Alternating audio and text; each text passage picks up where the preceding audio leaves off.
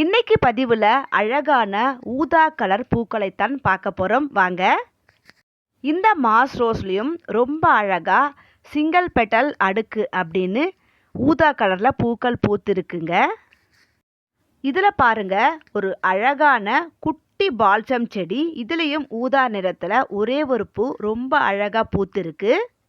இன்னைக்கு சாயந்தரம் நான் ஒரு இடத்துக்கு போயிருந்தேன். அங்கே ஒரு காலி மனை இருந்துச்சுங்க. ரெண்டு பக்கமும் வீடு, நடுவில் ஒரே ஒரு இடம் மாத்திரம் காலியாக இருந்துச்சு. அந்த இடத்துல இந்த ஊதா நிறத்தில் அந்தி மந்தாரை அப்படியே அந்த கிரவுண்டு முழுவதுமே பரவி இருந்துச்சுங்க.